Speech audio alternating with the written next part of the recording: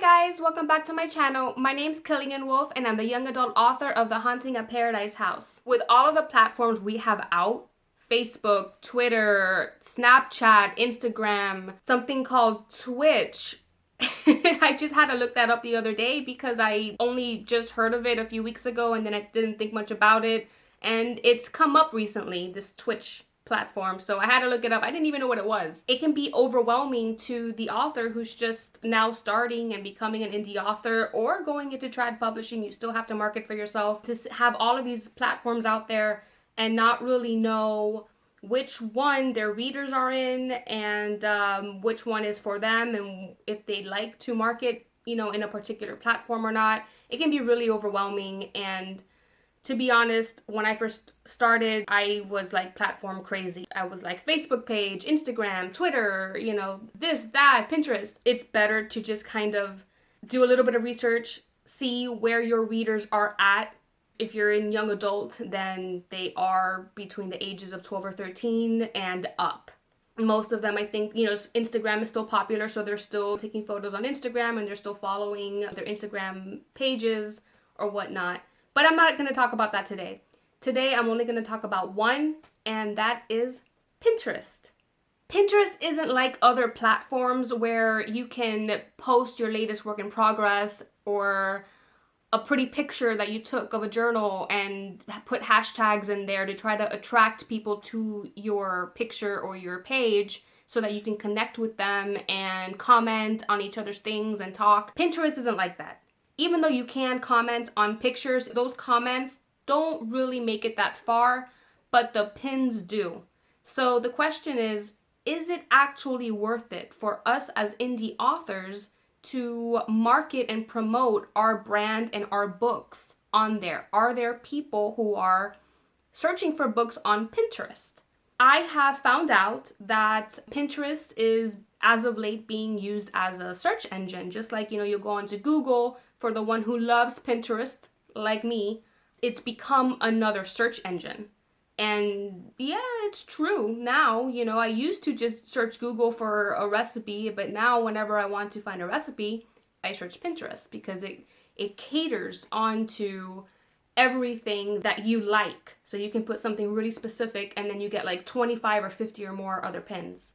So it's like a tailored platform, like a catalog, your own personal magazine that you decide what you want to see. So the question is, does it work for authors? What I want to do now is jump on my Pinterest business account and make a quick search to see if there are people who are actually pinning books and posting them and marketing for them. And here we are on my Pinterest business account. So what I want to do is I want to make a quick search for young adult books to see if people are actually pinning books, if that is a thing that you can find books and promote books on Pinterest. And by the looks of it, wow, there are many books. Let's see if I can click on one. 30 upcoming fantasy books to read in 2019. So this is from last year. This is pinned by Perhaps Maybe Not.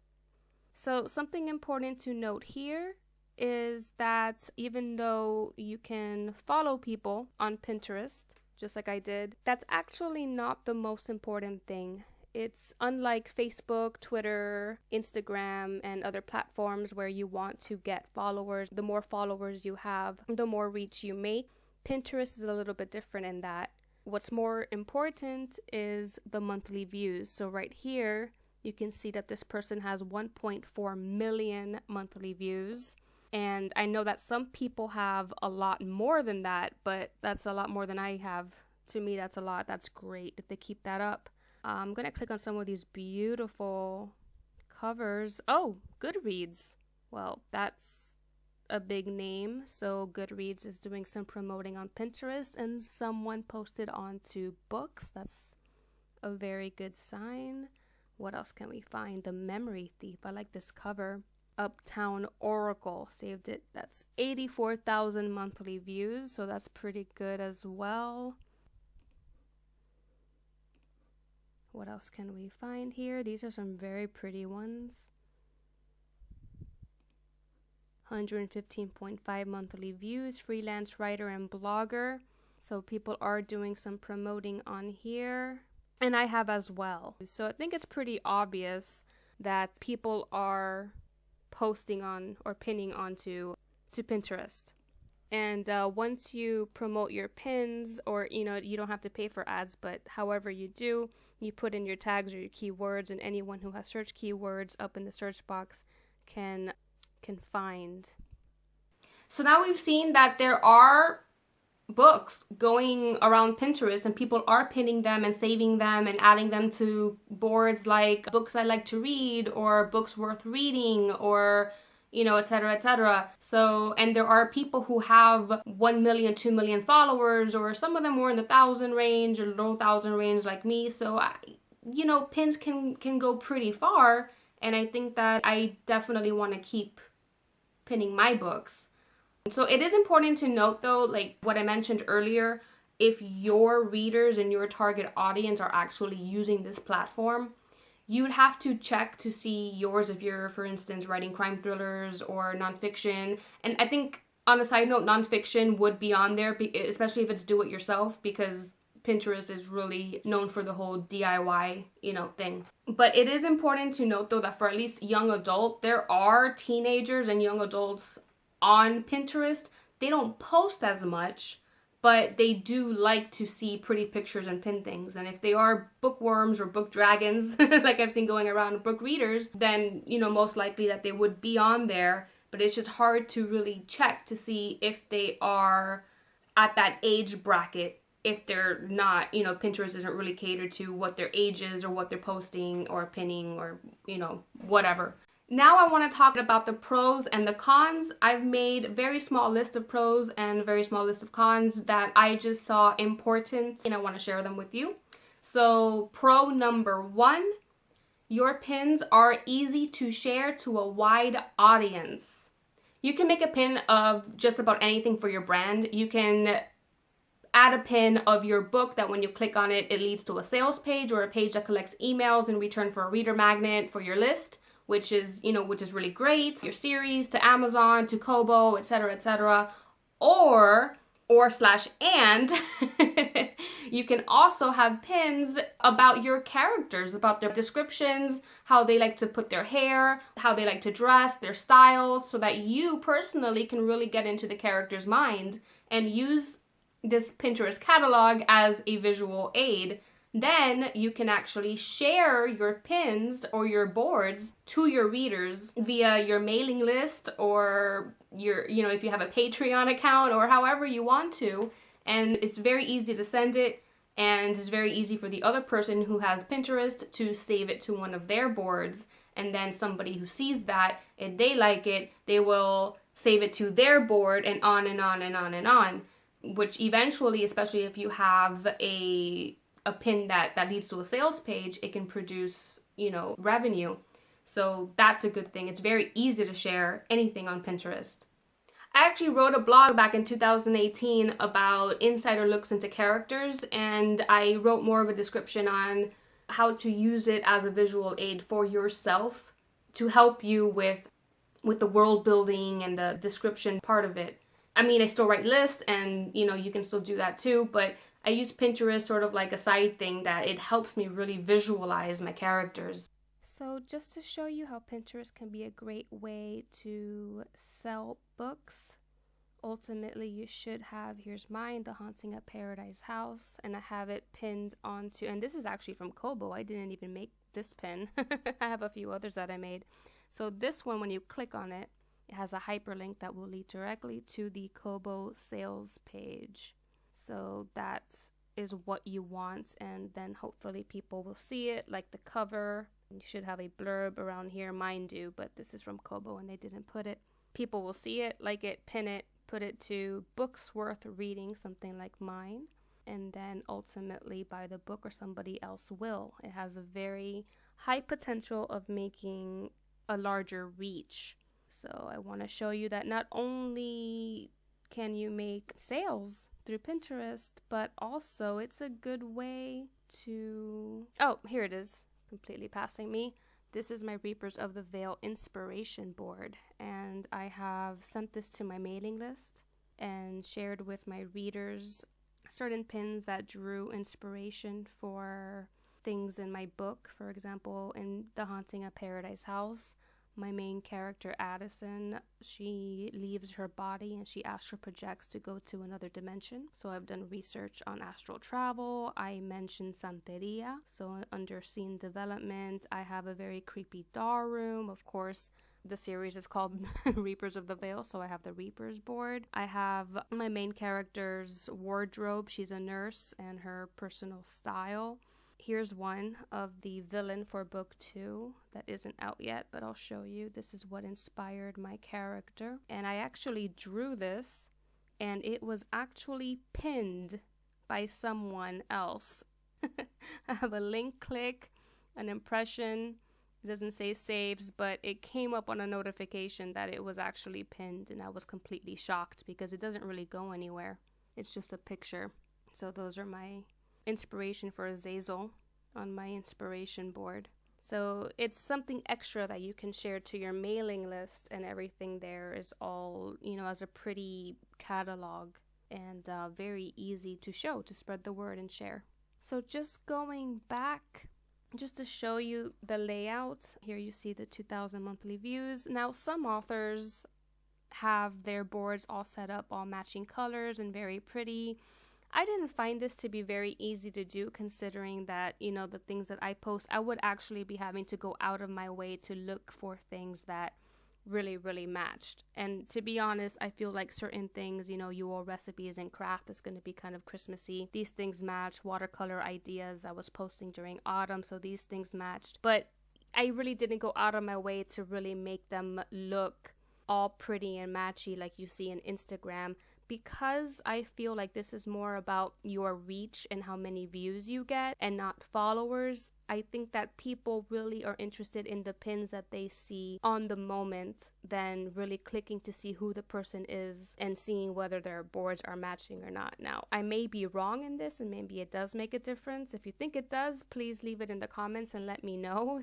And I'll try to make my boards match more, but I really don't think that is actually something that really matters on Pinterest. Pro number 2, all boards are public. So this means whatever you pin is completely accessible to anyone at any time. Unless you purposely go in and make whatever board private, it is completely visible and accessible. This makes it really easy to expand your reach to new people, and new people who want whatever you have or whatever you're selling, because they are putting down in the search engine very specifically what they're looking for. Pinterest then collects this data or this whatever they're searching, and they will continually see it on their main page. So if they like young adult books, then, and they also like gardening or home improvement stuff, they will constantly see gardening things, home improvement things, and books. So if they are looking for a very specific niche, so if you niche down and they go dark young adult, then eventually my book will pop up, and if they like it, more of the things that I post will also pop up. Now, they can follow me or even not follow me, but if I am still in that bracket or niche that they're searching for, I will still pop up. So it's very easy to expand your reach, especially that when they save it, then it goes on to whoever else is following them, and they'll save it, and on and on and on. Pinterest for Business also makes it easy to expand your reach. You can pay for ads, and I have in the past, as trial and error, practice with this, and I did make some waves, but after 1 week, I quickly closed it because my spend was way too high. And we're back to my Pinterest business account. I just want to show you my analytics overview just to show you the impressions. So I haven't been pinning on Pinterest very much. You can see my impressions are down 38% and my total audience is 2.02 thousand, and not a very engaged audience, although it's not too bad considering that I've only really posted or pinned maybe twice a week, believe it or not. That's because I'm just caught up with other things. But going down real quick, scrolling down, I have made 251 impressions for something that I pinned in December, and that is organic views. So these are my total impressions as of now. Now, I had a paid advertisement. This goes directly to Story Origin to collect emails for my mailing list. It's not a sales page, but it still came in handy. My total impressions as of now is 93 versus organically is 79. Not a huge difference, I should say. This was the last 30 days. Let's try last 90 days. And now you'll see my impressions back then were 16.42 thousand, and my total audience was a lot more than it is now, which is great, 13.47 thousand. Quite an engaged audience. Now, I'm sure that some people have a lot more, especially that person that we saw that had 1 or 2 million views. So taking a look, this is the paid advertisement. Back then was a lot more, the 308, but the top one, which is organic and not paid, has a total of 6,132 impressions. And this is just an organic pin that I posted. And I mean, again, that's not paid. So I think that with the right keywords, just like any other platform, WordPress, or if you have a Wix site, Google Analytics or Facebook, Twitter, whatnot, and you're using hashtags or keywords, that's still going to take you pretty far. You can get a much higher reach if you do paid, but this one went up to, and I can't show you because since I turned it off, it doesn't actually show on the bottom anymore. It went up to, I think it was $48 in 1 week. And that's very, very expensive, especially when you're just collecting emails like I was in the very beginning. So I was just testing the waters and experimenting. Pro number 3, high conversion rate. Again, people go onto Pinterest to search for specific things. Now, I usually start off this way, and then, I'm scrolling and I'll get sidetracked by something cool or pretty, and I might even start a new board. But it doesn't even matter because ultimately I saw something there inspired by something else that I liked. So when somebody finds your book on their Pinterest page, it's because they wanted to run into a book like yours. And then either they'll save it for later or they'll click on it right there, and hopefully the hyperlink sends them to a sales page and you will make a sale. I actually do this all the time. I was once, looking for Halloween things to do during October, and I found this awesome skull cookie sheet. It's this cookie sheet, and you can make pizza skulls, you can use it for baking, and I clicked on the pin. It took me to somebody's blog, and they were sharing their recipe for, I think it was pizza skulls, and as I scrolled down, they had an affiliate link to Amazon, and of course, I am, a huge advocate for helping other bloggers and using their affiliate programs. I mean, I just read their blog, so I used their affiliate link, and I bought the skull cookie sheet, and also giving them a small commission or whatever commission they got for that. Pro number 4, Pinterest is free to use. It is completely free to set up a Pinterest account, even a business Pinterest account. Any ads you want to do later on is completely up to you, but you don't need to pay anything to actually have the business account open. This is actually a big pro for writers who are new to the industry, who have not published yet, to take advantage of the Pinterest platform being free in order to collect emails and start building their mailing list. All you have to do is create a reader magnet. For example, you can write a short story, and then you go on to Story Origin, which is also free to use, and you put in your short story to Story Origin, and you connect your mailing list, whatever you're using. For instance, I use MailChimp, and then you can make pins with a very nice picture. Remember, you're making your brand look good, and then start pinning it on Pinterest. Have something attention grabbing, write it a very short hook, and if people really want to read your short story, they click on it, and then you start collecting emails way before you even publish. You can do this. So that is a really big pro, I think.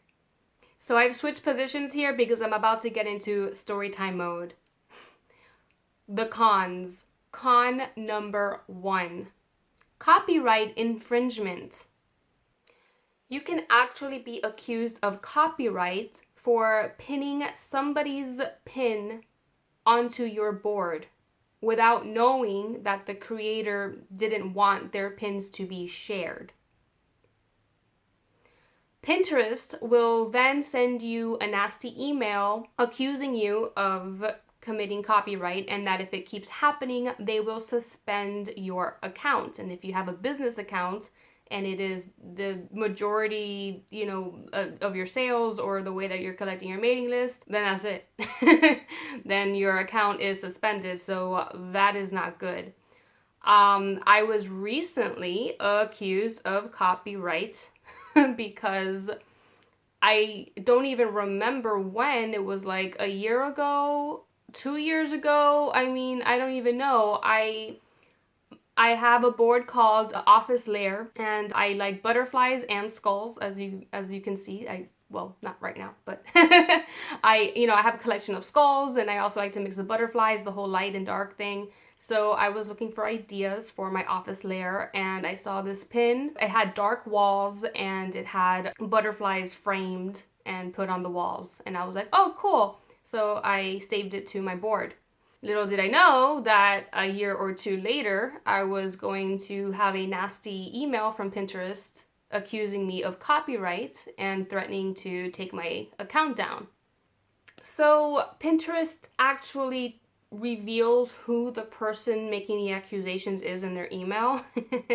And I wasn't trying to talk to them or whatever. I wanted to, just in case, because sometimes you might pin something and you don't know if it was stolen from somebody else, and then there's like a major issue, or I don't know. But I did actually look them up on Pinterest, and they have a business account and they have a blog. So I went onto their blog and I saw the pretty picture of the butterfly on their blog. I can't tell you who this person is because, I need to protect myself legally, but it is very clear that they are the ones who pinned their photo, their creation. So it wasn't stolen from anybody. I mean, it was their blog. They took a picture from, from their blog, and they pinned it on Pinterest. So not to get too, upset or whatever. I'm not upset, but, not to go on a rant or anything, but it's like, Pinterest is trying to legally protect themselves, so they need to, have this automated message, and I completely understand that. But as for the person, the point of Pinterest is to share your work, is to share your, your ideas with other people. And I mean, how are they going to keep sharing that or keep it, as an idea to use later if they're not allowed to pin it? And there's no way of knowing that the creator doesn't want that to happen. It doesn't say it on the top of their Pinterest account, on top of their boards. It doesn't say anything. So it was just very weird to me. It was very odd. But I learned something here. I learned that not everyone on Pinterest want their things shared. So it's important to know that, you might want to ask the creator for permission. Can I pin this? This might seem a bit of a pain, especially when you're meant to be pinning a lot throughout the day. And really, who does that? But if you are creating your own content and recycling your own content a lot more than you're pinning other things, then the chances of this happening is a lot lower. This has happened to me once I don't even remember how long Pinterest, or I don't know how long Pinterest has been around, but it can happen, and you don't want your account to be suspended, so it's something to take into consideration. The second con I want to talk about is lost hyperlinks. Even though the whole hyperlink feature on Pinterest is amazing and it generally does work, sometimes you run the risk when someone shares your pin and pins it to their board and somebody else shares it and it keeps going and going and going being shared, the hyperlink gets broken or lost. which means that even though your book or your work is being shared and spread, the hyperlink going to the sales page may no longer be connected, and then it just comes up as a picture or content not found. So it could result in your sales, the traffic coming from Pinterest being lowered.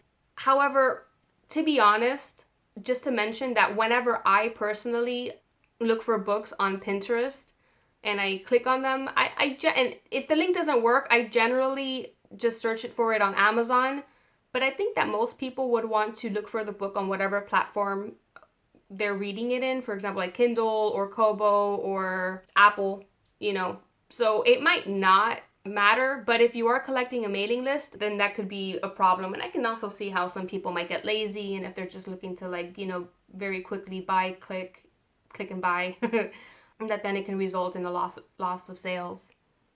Con number 3 is that it is difficult to fully automate Pinterest. If you do not have a business account on Pinterest, then you cannot fully automate at all. You cannot automate your pins. If you do have a business account for Pinterest, then it still comes with its limits, and it is difficult to schedule and track a bulk of your pins, making it difficult to save time. And as an author, you want to be more focusing your time more on writing than on pinning continuously. There are other programs out there like Tailwind that will schedule and track for you, and it works on multiple platforms, not just Pinterest. You can use it for Instagram, Facebook, etc., but it also does cost money. On Pinterest, you need to be sharing continuously. They say that at least one original content with a bulk of other pins from other boards is recommended.